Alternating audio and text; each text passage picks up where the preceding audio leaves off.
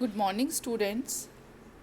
आज हम आपको साइक्लोएल्केन में जो थ्योरी ऑफ स्ट्रेनलेस रिंग्स हैं, तनाव विहीन वलयों का सिद्धांत, उस पर हम डिस्कशन करेंगे। जैसा कि आपने साइक्लोएल्केन चैप्टर में मैंने आपको बेयर्स स्ट्रेन थ्योरी, बेयर के विकृतिवाद सिद्धांत बताया था।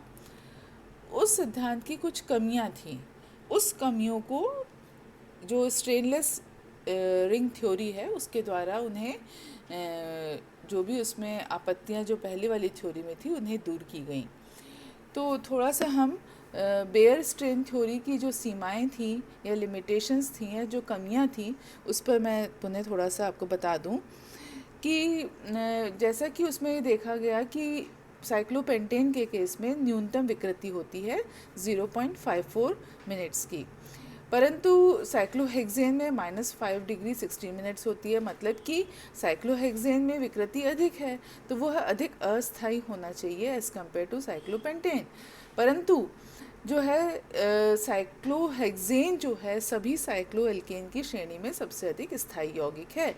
अर्थात यहाँ हम जो विकृतिवाद का जो सिद्धांत लिया गया था कि जितनी ज़्यादा उसमें 109 डिग्री 28 मिनट से विचलन होगा वो उतना ही ज़्यादा स्ट्रेन होगा और उसकी स्थायित्व उतना ही कम होगा, अर्थात वह इस पर लागू नहीं हो रहा था।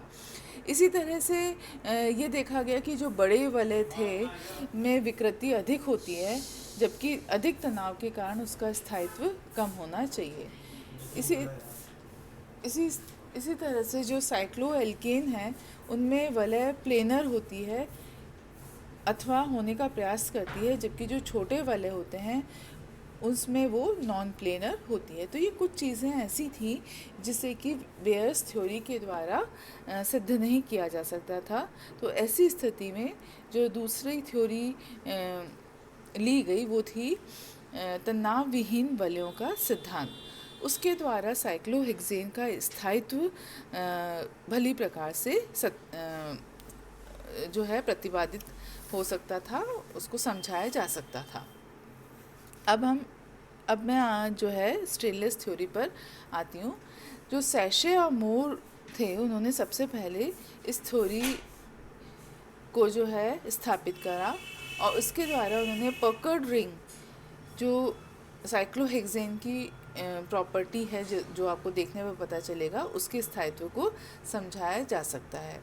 क्योंकि ये आधार रखा गया था कि एरोमेटिक वलय जो हैं प्लेनर होते हैं और इस आधार पर जो स्ट्रेन थ्योरी प्रतिपादित की गई थी कि उनके बीच में जो बॉन्ड एंगल है वो 109 डिग्री 28 मिनट्स होता है। तो इस स्थान पर छोटे वलयुक्त यौगिकों के स्थायित्व और क्रियाशीलता को आसानी से समझाया गया था। परंतु जब ये देखा, सेशन ने बताया कि 6 या 6 से अधिक सदस्य वाले जो कंपाउंड्स होते हैं, एलिसाइक्लिक कंपाउंड होते हैं, वे समतलीय नहीं होते हैं, वो पकड़ होते हैं और उसमें कार्बन एटम सभी एक ही तल में स्थित नहीं होकर जो है अलग अलग तल में होते हैं। अतः उनका सामान्य बंध कोण जो है वो बना रहता है, जिससे कि उसमें विकृति नहीं आ पाती है और तनाव भी उत्पन्न नहीं हो पाता है। इसी कारण से ये वलय अधिक स्थायी होती हैं और इन वलयों को तनाव विहीन वलय या स्ट्रेनलेस रिंग कहा जाता है। तो इसे सेशन ने जो है सबसे पहले बताया और ये जो थ्योरी है मोर 1918 में मोर ने इस सिद्धांत को आगे बढ़ाते हुए साइक्लोहेक्सेन के 2 रूप बताए, एक तो चेयर फॉर्म और एक बताया बोट फॉर्म। तो जो बोट फॉर्म की तुलना में चेयर फॉर्म जो है अधिक स्थायी थी, तो साइक्लोहेक्सेन मुख्य रूप से जो है चेयर फॉर्म में ही रहती है और इसी जो सैशे और मोर सिद्धांत के द्वारा ही जो और अधिक जैसे डेकलिन है या अन्य जैसे फ्यूज्ड रिंग सिस्टम है उन पर भी वह नियम लागू हो सकता था।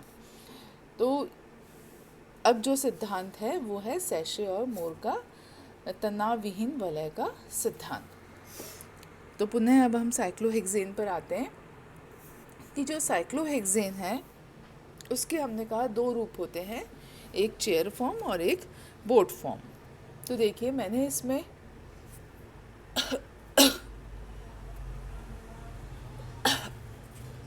चेयर फॉर्म और बोट फॉर्म। तो इसको देखते से आपको यह अंदाज़ा लग जाएगा कि जो चेयर फॉर्म है उसमें वो अधिक स्थायी है, रिजिड है, मोर स्टेबल है, रिजिड है, और जो दो पैरेलल प्लेन्स में होती है, जिसमें 3 कार्बन एटम एक प्लेन में होते हैं और 3 जो है दूसरे प्लेन में होते हैं। वहीं जो बोट फॉर्म है which is less stable as compare to chair form, तो उसमें जो वलय है, वलय की जो कार्बन एटम है वो within the same plane होते हैं, और सेम प्लेन होने के कारण से जो हाइड्रोजन एटम है वो एक दूसरे के काफ़ी निकट आ जाते हैं। इस पर मैं आगे डिस्कस करूँगी। तो ये देखिए, इस पर मैंने इस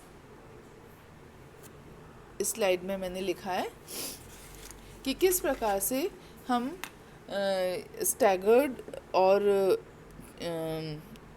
इक्लिप्स्ड फॉर्म जो है उन दोनों को इथेन के फॉर्म्स को बता सकते हैं, और इसी से कंपेयर करेंगे हम साइक्लोहेक्सेन को। तो जो साइक्लोहेक्सेन है उसमें ये एक दूसरे के जो साइक्लोहेक्सेन की दोनों फॉर्म है, चेयर और बोट फॉर्म, ये एक दूसरे में इंटर कन्वर्टेबल होती है, क्योंकि इन दोनों के बीच में जो एनर्जी डिफरेंस है वो 5 से 6 कैलोरी पर मोल का ही होता है, और वो जो सामान्यतः रूम टेम्परेचर पर प्राप्त किया जा सकता है। तो इस प्रकार से ये दोनों कॉन्फॉर्मर्स जो है एक दूसरे में परिवर्तित होते रहते हैं। ये कॉन्फॉर्मर चूँकि कार्बन जो सिंगल बॉन्ड है उसके रोटेशन से ही प्राप्त होते हैं, तो इसीलिए इनको रोटेशनल आइसोमर भी कहा जाता है। तो यदि हम बात करें साइक्लोहेक्सेन की, तो जो साइक्लोहेक्सेन का जो चेयर कॉन्फॉर्मेशन है वो अपेक्षाकृत अधिक स्थायी है, क्योंकि उसकी ऊर्जा का मान भी कम है। तो देखिए, आप इसमें कॉन्फॉर्मर ऑफ इथेन बता रखा है मैंने। इथेन के केस में आप देख रहे हैं कि जो हाइड्रोजन एटम है स्टैगर्ड फॉर्म पे यदि जाएं, तो स्टैगर्ड फॉर्म में हाइड्रोजन एटम जो हैं एक दूसरे से मैक्सिमम डिस्टेंस पर हैं, और मैक्सिमम डिस्टेंस होने के कारण से इसमें लीस्ट स्ट्रेन है और अधिक स्थायी है।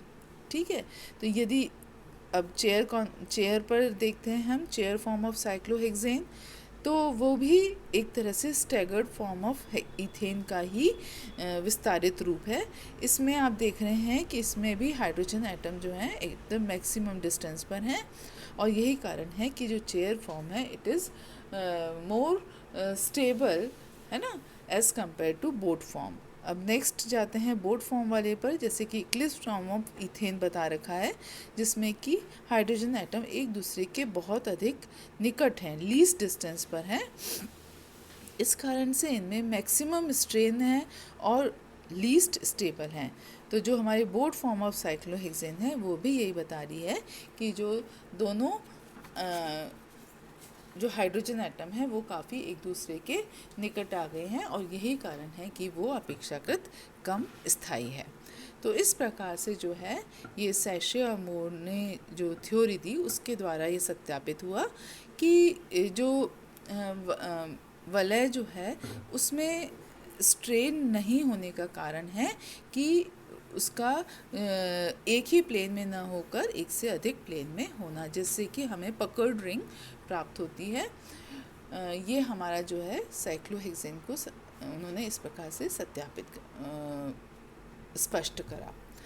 अब आता है कि जो साइक्लोहेक्सेन में 12 कार्बन हाइड्रोजन बॉन्ड होते हैं, उसमें से ये 2 सेट के रूप में होते हैं। एक सेट जो होता है 6 बॉन्ड्स का, वो पैरेलल टू द एक्सिस होता है, parallel to the axis of symmetry, उसे कहा जाता है एक्सियल बॉन्ड। और दूसरा फॉर्म होता है जो कि उसके भी पैरेलल होता है, या ये कहा जा सकता है कि directed to the angle of 109 degree and 28 minutes, 109 degree 28 minute पर स्थित होता है। तो to the axis of symmetry, और उनको कहा जाता है इक्वेटोरियल बॉन्ड्स। तो ये हमारे साइक्लोहेक्सेन का विवरण हो गया।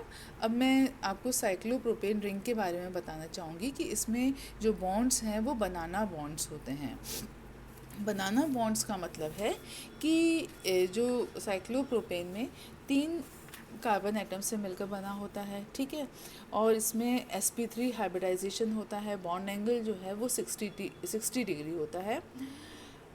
तो जो इसमें कक्षों का अतिव्यापन होता है, अतः कक्षों के अतिव्यापन की संभावना प्राय लुप्त सी लगती है, लेकिन फिर भी इसमें साइक्लोप्रोपेन बनता है और इसका अस्तित्व होता है। इसका कारण है कि इसमें झुके हुए या केला बंद बनते हैं, बनाना बॉन्ड बनते हैं, जो कार्बन की रेखा के ऊपर की ओर होते हैं। तो इस प्रकार से जो है इसमें बनाना बॉन्ड पाए जाते हैं साइक्लोप्रोपेन रिंग में, और एक ही वलय में 3 sp3 हाइब्रिडाइज्ड कार्बन एटम की ये वलय बनती है। इस प्रकार से आज हमारा ये चैप्टर साइक्लोएल्केन जो है वो पूरा हो गया है। इससे संबंधित जो असाइनमेंट्स या क्वेश्चन आंसर्स हैं वो मैं आपको व्हाट्सएप पर शेयर कर दूँगी।